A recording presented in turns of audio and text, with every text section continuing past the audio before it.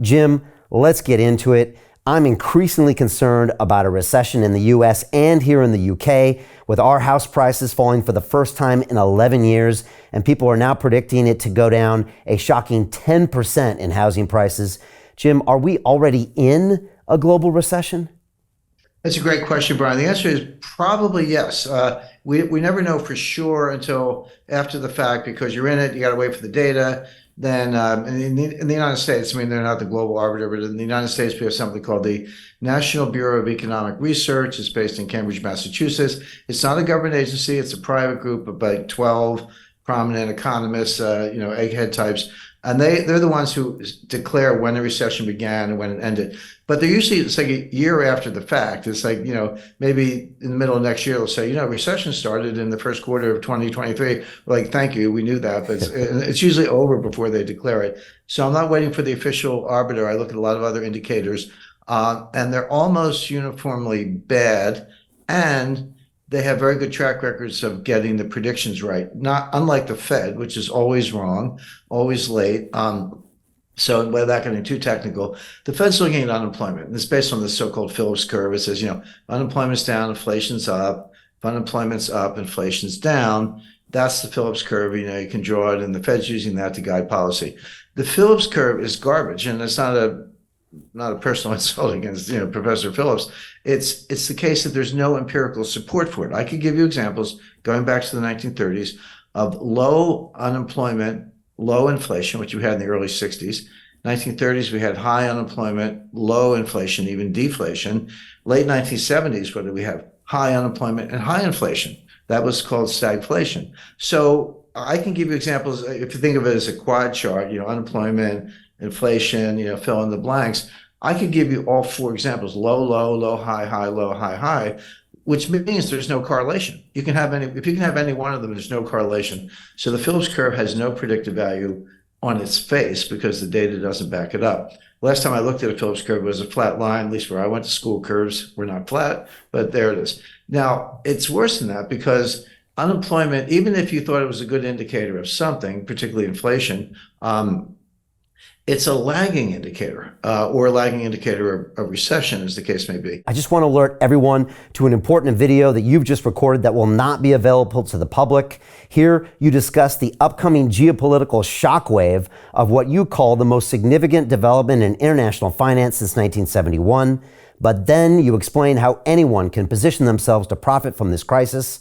Our viewers can access that video at londonreal.tv/Jim, and I highly recommend that everyone go watch that immediately after our conversation. So let's say you're an employer, a business person. I mean, you're an entrepreneur. I start businesses. When you're in a tough spot, when revenues are down and things are slowing down, margins are getting compressed and all that, the last thing you want to do is fire people because it took a while to find them, hire them, train them. You don't want to let them go. You do everything else. Like you turn down the lights, you call your landlord, negotiate a cheaper rent, slow pay your creditors, drive a hard bargain on something. You do everything else to maintain your margins. And then only when all else fails do you start firing people. So first of all, it's a lagging indicator. You're already in the recession before you get around to firing people, number one. Number two, because you held on so long, you tend to do it en masse. It's not like, well, I'm going to fire one person a month for the next year. It's like, I'm going to hang on to all of them and then maybe, sadly, fire them all at once because I have no other choice. So A, it's a lagging indicator. B, it can turn on a dime from very low unemployment to very high unemployment within a matter of months. And if that's what the Fed's relying on, which they are, they say so. It's not a guess. They say that's what we're watching. Two things. Number one, you're not going to see the recession coming. It's a lagging indicator, and it can go from kind of good to bad almost overnight. So the Fed's, driving this way, looking out the back window, and they're probably going to wreck the economy.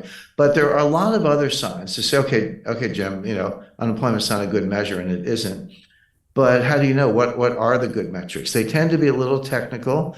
They tend to be things that very few people look at, but they're there. They're not secret. The big one, I think this gets more notice, is an inverted Treasury yield curve. Well, what does that mean? So a normal yield curve, it's like the longer the maturity, the higher the rate. That's common sense. So if I'm going to lend somebody money, For a month, I might charge a certain interest rate, but if I'm going to lend you money for 10 years, I want a much higher interest rate because there's a lot more risk, inflation, default, credit risk, who knows what. So a normal yield curve is upward sloping. The longer the maturity, the higher the rate. Okay, right now, yield curves are inverted, which means they're downward sloping, which means the longer the maturity, the lower the rate. Why would you take a lower rate on a 10-year treasury note than you would on an overnight loan, that's where we are today, by the way. The overnight rate is over 5, and the 10-year rate's 3.6, give or take. Well, why would you take a lower rate for a longer term loan? It makes no sense. Well, it makes no sense unless you think the bottom is falling out of the economy.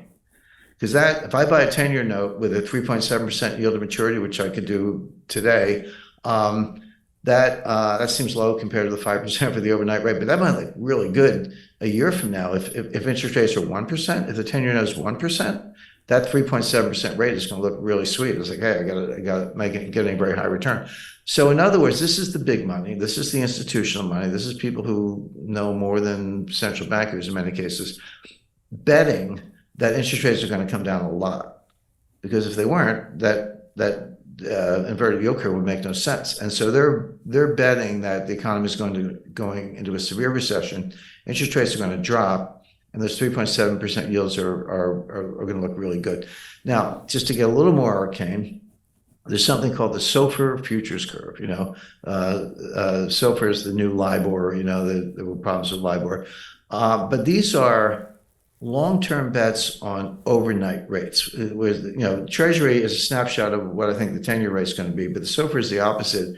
They're trading strips, quarterly settlements that go out 3 or 4 years, 5 years, but the longer ones aren't that liquid.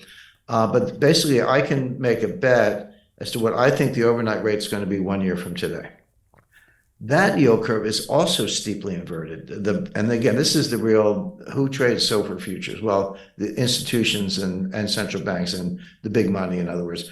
And it's in the data. It's not a guess. You can look at it. It's publicly available. And it says rates are going to drop steeply in the months and year ahead. So again, these are, when you have an inverted SOFR yield curve, an inverted treasury yield curve, it's basically the big money betting the rates are going to drop like a stone. Well, why would that be? Well, there are only two reasons. One, a severe recession and a steep drop in inflation. And those two things do go together. Hey, it's Brian Rose, founder of the DeFi Academy. I've told you my 4-week crypto bootcamp is amazing, but don't take my word for it. This is what my students are saying. The DeFi Academy was an amazing experience for me. It took me totally out of my comfort zone. In this course, I was challenged, I was held accountable, and pushed to do things that honestly weren't always easy. It's been phenomenal, and I can't believe we're already up on our 4 weeks. It has flown by. Going through this DeFi accelerator by far was one of the best courses I've taken. You do this course, you really get into the nitty-gritty of the activities that will make you comfortable with decentralized finance. Thank you so much to Brian and everyone at London Real and the DeFi Academy for even putting together an amazing course like this. Anybody else that wants to do it, please sign up. It is well worth the money.